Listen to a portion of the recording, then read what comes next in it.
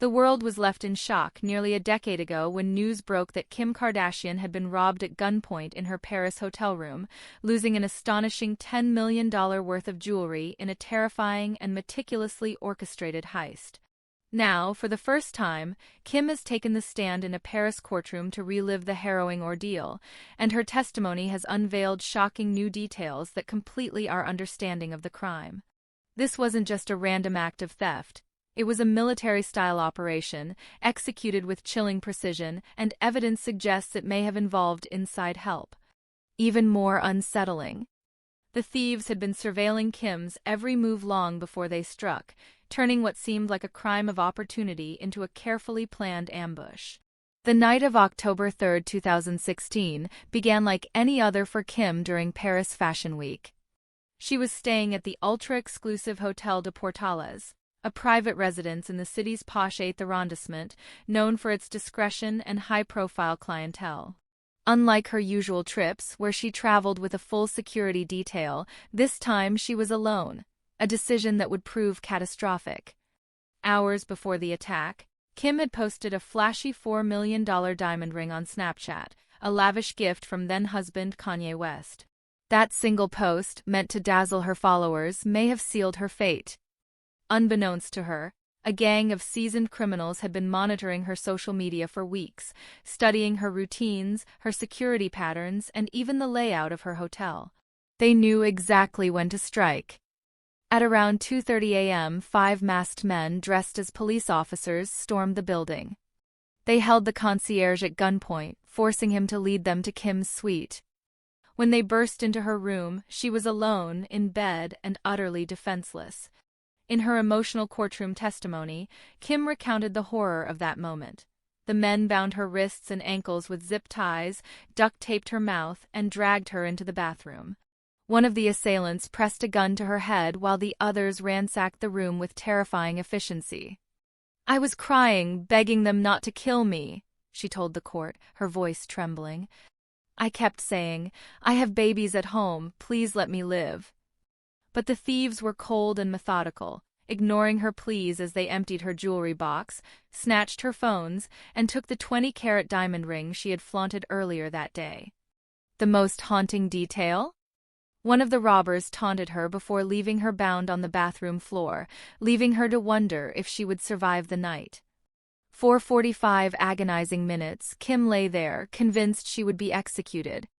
When the robbers finally fled, she managed to wriggle free and scream for help, but by then the gang and her jewels were long gone.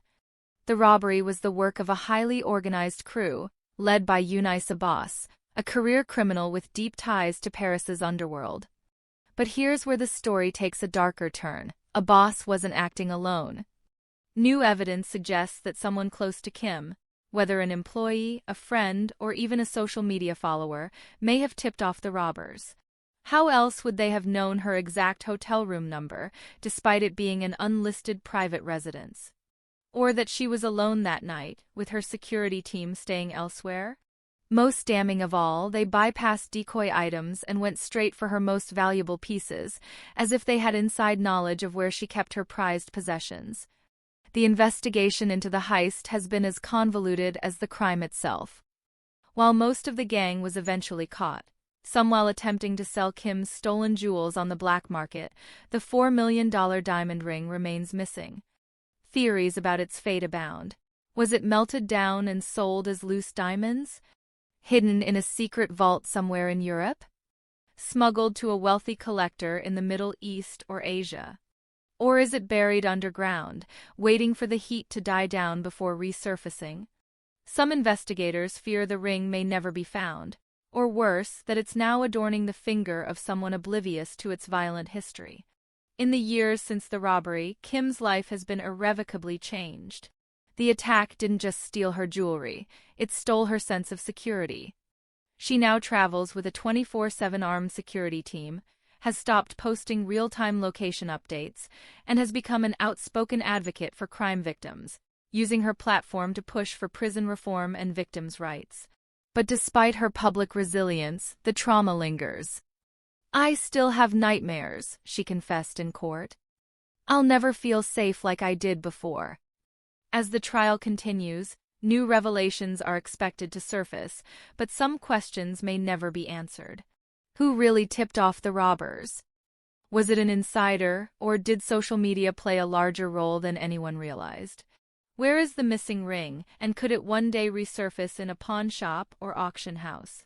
And perhaps most chilling of all, were there more people involved than just the 5 men who stormed her room?